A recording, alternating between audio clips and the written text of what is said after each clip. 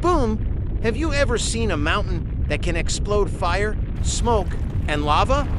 That's a volcano. But what exactly is it, and why does it erupt?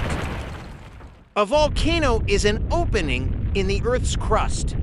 Deep below, the Earth is super hot. It melts rocks into liquid called magma.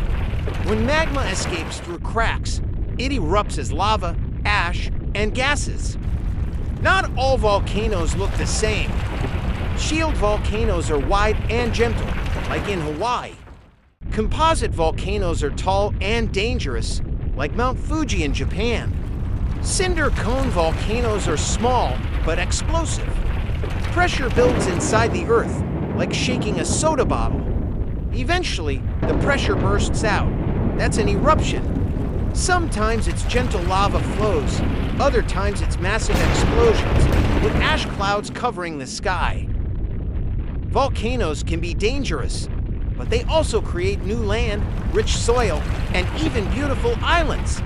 So next time you see a volcano, remember it's the Earth's way of letting off steam.